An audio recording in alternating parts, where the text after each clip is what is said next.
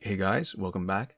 BDCKR here, and we're back with our weekly recap of all things Injustice. It is the week of May 25th, 2023, and our current challenge is Ame-Comi Catwoman. It's a 1 week repeat. Required characters are Bane, Joker, and Killer Frost. They are available as cheaply as silver, and unfortunately challenge gold. And I say unfortunately because in my mind, the challenge characters are always a good entry point for newer players, and when you require a challenge goal to complete it, you're making it more difficult for the newer players. Passive is Nasty Scratch. 25% chance to apply bleed, damage over time, and power drain effects on combo ender. Stacks 3 times. Attack is 1200, health is 1400, and she was last available July 28th, 2022. So let's start with the obvious. She's got really good high stats, and we want to like her so much, but she makes it really hard. On the one hand, she's as fast as all the Catwomans, all the Catwomen. Bleeding damage over time on her special one that stacks, that is great. But her passive, not that great. It sounds like it should be. You know, you do damage over time on the combo ender, but the combo ender triggers maybe half the time, maybe not even that often, and then only a 25% chance to bleed if you get the combo ender. That's like a 1 in 8 chance of bleeding with each tap combo. So by the time you trigger it a second time, there's a good chance the first one has already finished. So in theory, you can stack it 3 times. In practice, you're really not stacking it at all. So you can use the Quake engine to help you prolong the damage over time if you happen to get it. Again, still very hard to do. And what's kind of bad about her is that her special one doesn't do damage over time. It's the reason why she gets full damage for her special 2 instead of reduced damage like pretty much anyone else who's special has a secondary effect. The setup that you're seeing on the screen in the video right now with Ame-Comi Catwoman, she's got Quake Engine as her 3rd gear, obviously Master's Death Cart and Tantu Totem as her first 2 gears. And we've got Quake Engine in case we need to rely on her special 1 to bleed someone out, someone who's otherwise really well protected against regular damage. And it can also boost damage output if the opponent doesn't have a bar of power, which makes it really handy in general. And so you can... So what's interesting, though, and the argument for not using Quick Engine and instead using a 3rd piece of gear that has damage over time effect is that her damage over time can apply... She can use her special 2 to apply damage over time twice from a gear effect, just 1 time, special 2. I think the first hit and the last hit both trigger the damage over time. So it's actually interesting. Unfortunately, her special doesn't actually have an inherent damage over time. You have to do her special 1 if you're going to do that. So here's the thing. I'm having trouble finding a good use for her.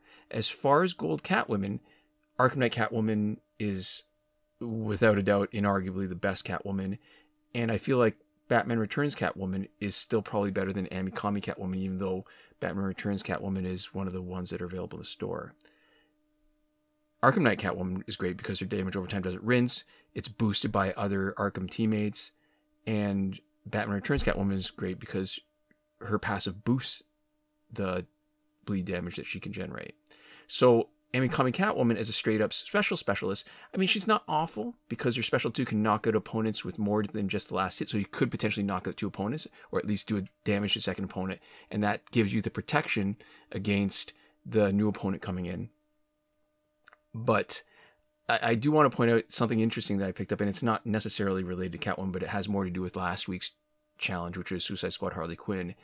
And having spent the last week playing with Suicide Squad Harley Quinn, I think I have a new appreciation for Enchantress as a solution to the newer cards, unlike Ame-Comi Catwoman, who can only knock out opponents with the last hit, because the Enchantress gives you that protection that you would normally expect to get if you happen to knock out the opponent on any hit before the last hit, and it protects you against any Tegan effects.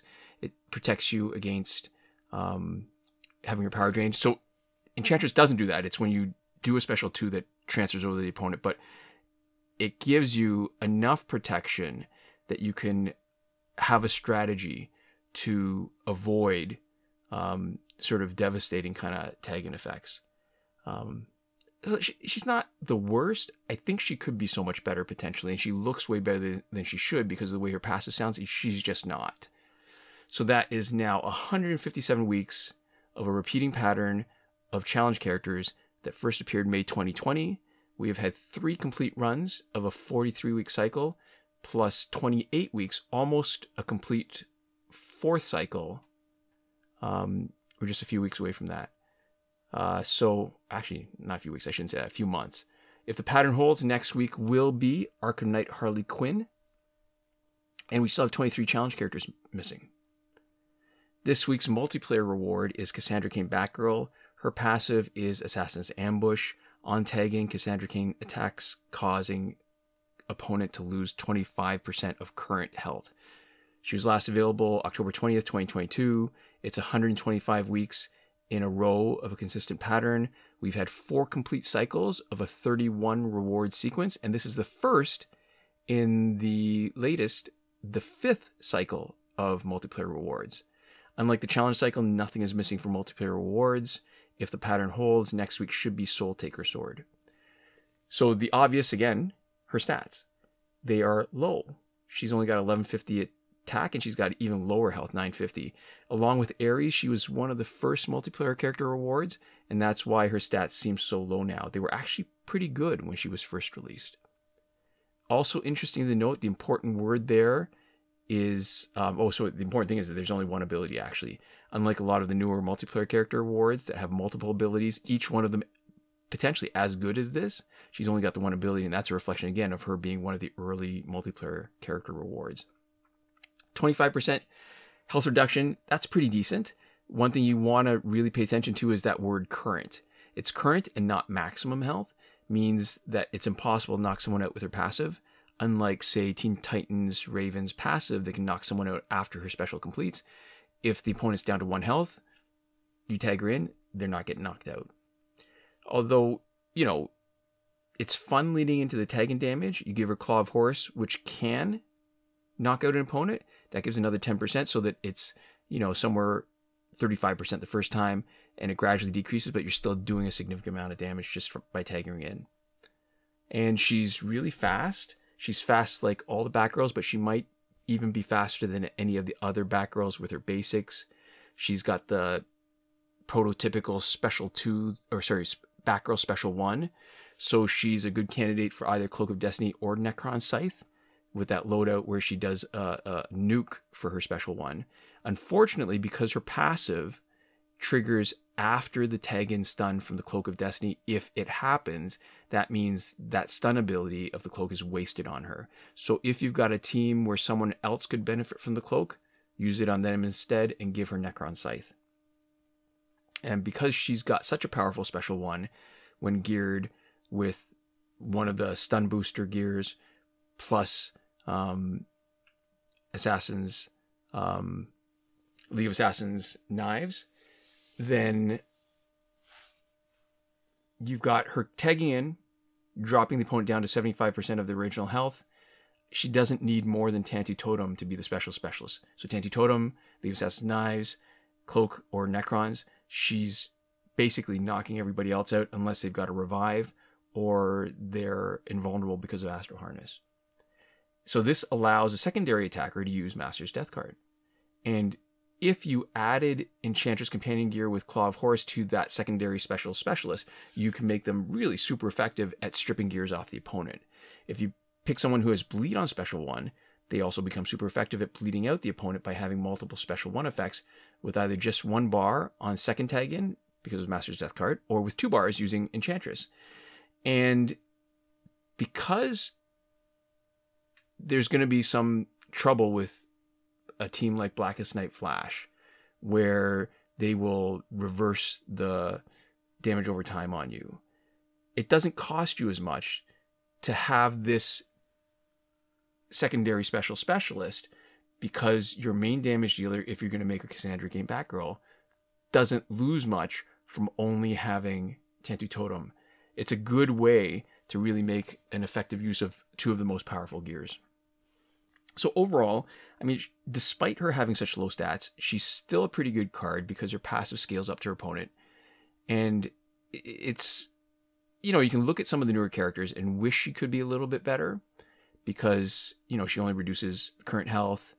Her overall stats are pretty low. She's only got one passive ability. Despite all that, she still plays. She's still good in the current meta. All right, in the store, Arkham Knight Harley Quinn for $12.99 Canadian.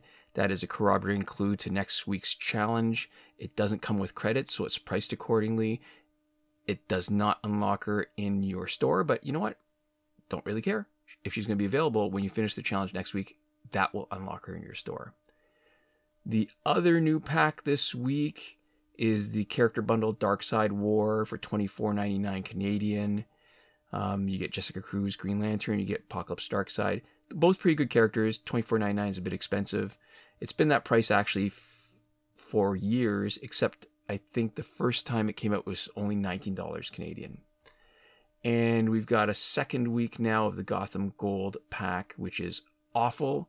And you can really see how awful it is by comparing that it's the same price as the character bundle Darkseid, but you're getting characters that are easily available in the store. And one of the characters is a silver. Yeah, not great. So, bunch of other packs that have been around for more than a year. Won't bother mentioning them. And what else? Oh, Phantom Zone is finished. Fight 62 is still broken. Last weekend's breakthrough for golds was, as expected, Catwoman, Deathstroke, and Raven. This coming weekend is probably Cyborg, Batgirl, and Black Adam. There's a link in the description to a thread in the Injustice Mobile subreddit from Devlin16, one of the mods there, that goes over the complete breakthrough cycle. And as far as the current glitches go, we will go into more detail every time something significant changes, which did not happen this week. But even if nothing changes, we still do a more detailed review once a month, the first week of every month. Most recently, that was a recap from May the 4th. So you can go there to see our discussion about that. But you can also see a video tutorial for every working glitch in our playlist, Current Working Glitches, linked in the description of this video. The only thing probably worth mentioning is that the challenge reset glitch has been confirmed to be working on this week's Ame-Comi Catwoman challenge. And I was going to say that's it, but you know, I'll mention one thing that's not Injustice if you happen to have been able to sit through the whole video. There's a new book coming out next week, Martha Wells, Witch King. Huge fan of Martha Wells if you've been watching this channel for a while. We've even got a video where we reviewed some of her books, or one of the books that came out. And even though she's really made a name for herself recently in the last few years with Murderbot, which is a book that we reviewed, All Systems Read, we've loved her from the very beginning when she used to do a lot more fantasy, like Element of Fire, Death of the Necromancer, the whole Illyrian trilogy, and she's going back to her roots. So despite having a huge amount of success with science fiction book and series involving Murderbot, which is award-winning, all that, Witch King coming out next week, Tuesday, really excited for it. The publisher was good enough to send us an advanced copy, and I'm working my way through that right now, and I'm looking forward to giving you guys a review when I finish it. So this is the place where we like to give a big thank you to our supporters on Patreon. That is Alexis M supporting us on the Your Message Here tier, Michael Devries, Irvin Ruiz, and Hoshi127 supporting us on the credited level. And you'll see a few names on your screen there, and they were a number of people who've been so kind and generous to us during this pandemic and have supported us in the last few years. So thank you so much for watching, and we'll see you next time. Komoda.